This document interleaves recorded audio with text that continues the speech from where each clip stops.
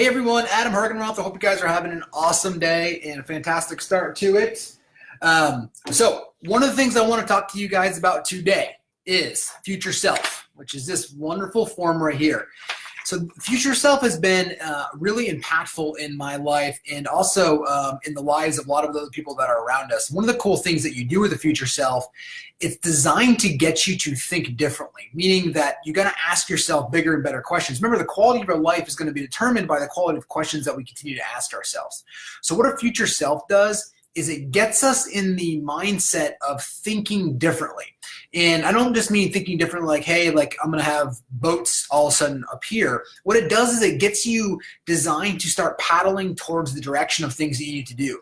So the future self is essentially on 6 different categories. And the thing is you've heard a lot of people talk about each of these categories. What this does is becoming purposeful in each one of these categories to get you on the trajectory and closing the gap on where you want to go in each one of these. So every day when you wake up, you have a very clear idea of where you want to go on these things. Now look, as you're filling this out, you don't have to marry each one of these. If you fill it out and you love what you wrote about physical self, then that may change 6 months from now. It may go bad, different. You want to do an Ironman, you want to swim, you want to run, you want to walk, you want to do push-ups, you want to do CrossFit, whatever it is that you want to do in that category, you get to change it. Remember, this is your life. The best advice I ever got from Gary Keller was that never let anybody dumb your life up. And the thing is, the only way we can't let that happen is if we're willing to take control and guide our own life. And that's the really cool thing about this. So that's what you're doing is you're setting the intention of where you want to go in each one of these categories. So the first category is professional future self. You have financial future self, and I'll explain these in a second. Then you have your physical future self, your social future self, your family future self, and your spiritual future self. Now you can get a copy of this. I'm happy to send it over to you.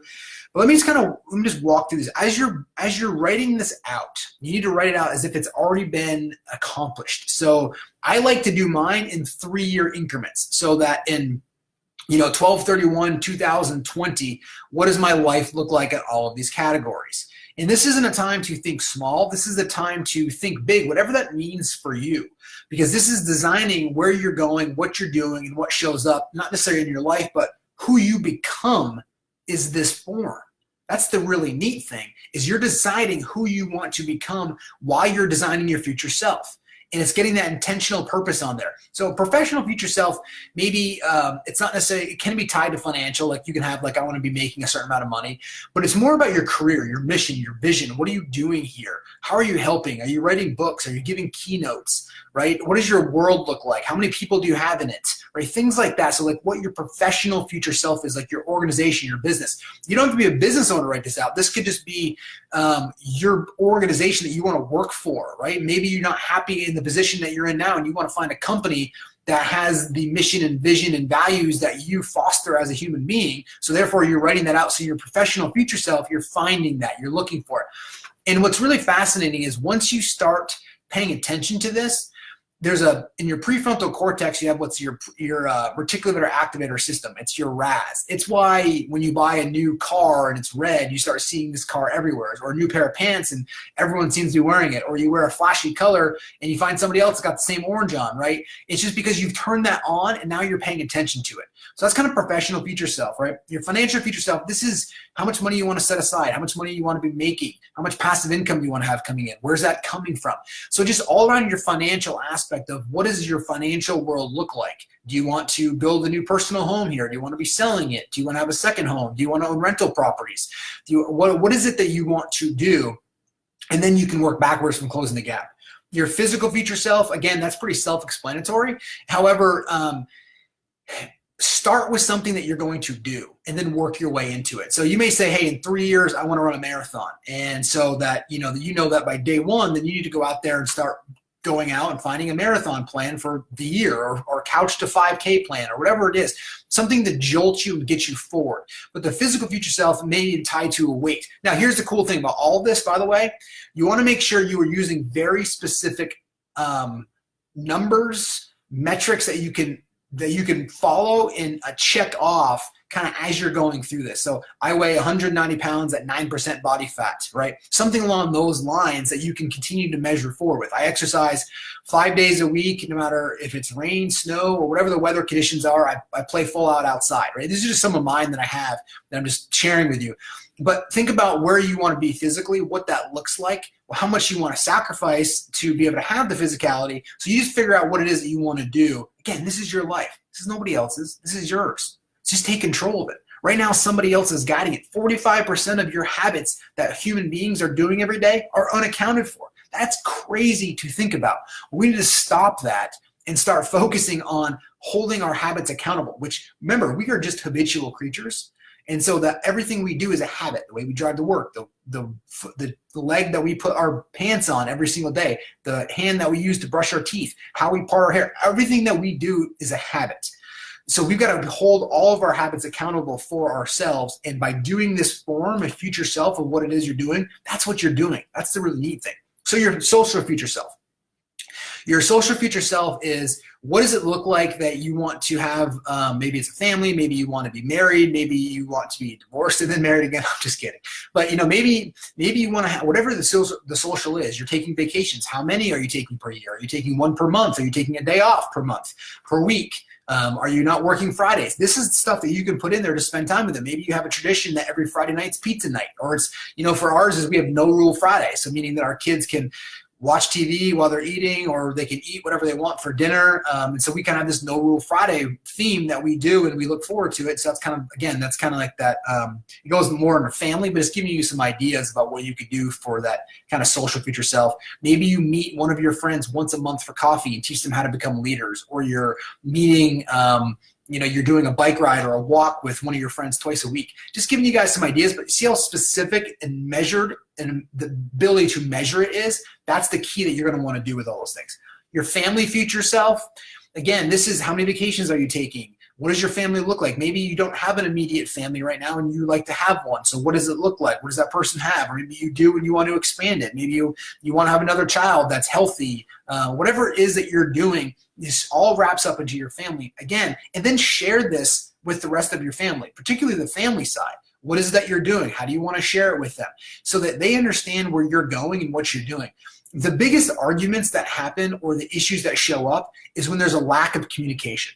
And what I mean by that is when there's a lack of communication, there's a lack of clarity around what everybody wants out of the relationship, or what is everybody striving for, which the more you can sync up with that with your partner, the better you're going to be. So that's a really powerful way of being able to illustrate that.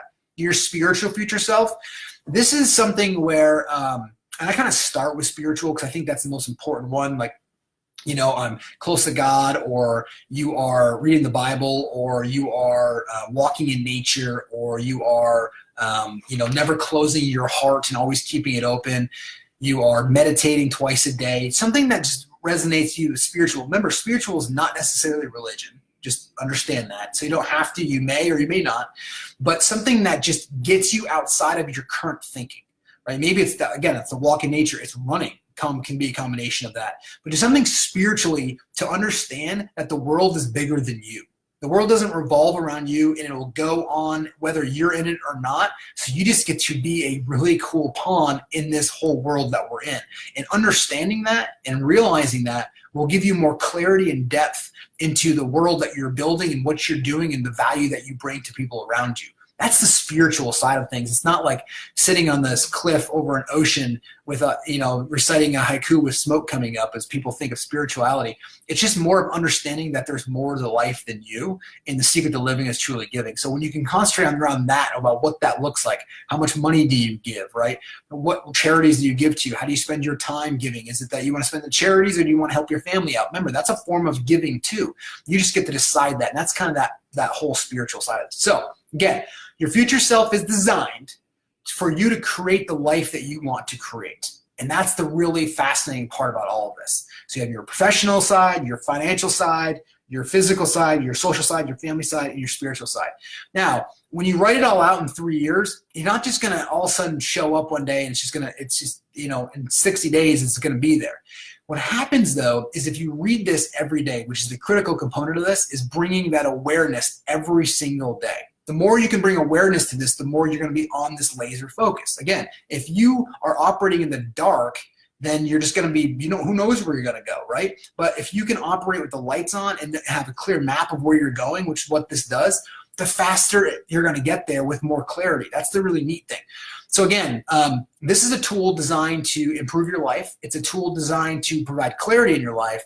And it's a tool designed when you get lost in the woods and you don't know which way is left or right, you go back to, that you continually look at and say, here's where I'm going. Key, read it every day, whether that's in your car, next to your computer, next to your bathroom, it's next to your nightstand. You've got to reinforce this on a daily basis. Now, after about 2 weeks of doing this, you're going to want to fall off the wagon because you're like, this isn't even working. I don't know what Adam was talking about. Like, I'm not seeing anything going on here. The fascinating part, though, is the more you can sustain this for longer term periods of time, these things automatically somehow just show up in your life, maybe just unexpected ways. Or something, a motivation will turn on that you haven't turned on before. And then all of a sudden, like 2 weeks later, you'll be doing the activity, you're doing it. Then all of a sudden the next morning you read your future self and you go, damn, it's right here. I didn't even realize it. And so it shows up. It's not like a bow or like a sports game where there's a clear victory and end. That's why we like sports so much, because there's a clear victory and end. This is designed to take control of your habits and take control of where you're going. So I hope you guys put this into practice. It's your future self. Again, we'll provide copies of this to anybody that wants it. And let us know how you're doing with it. And just make sure you read it every day. And remember, nobody has the right to numb your life up. Nobody has the right to control your life. Find a company and mission and vision that you believe in, and then create your future self around this. And that's going to be a powerful thing for you. Hope you guys have an awesome day. Talk to you soon.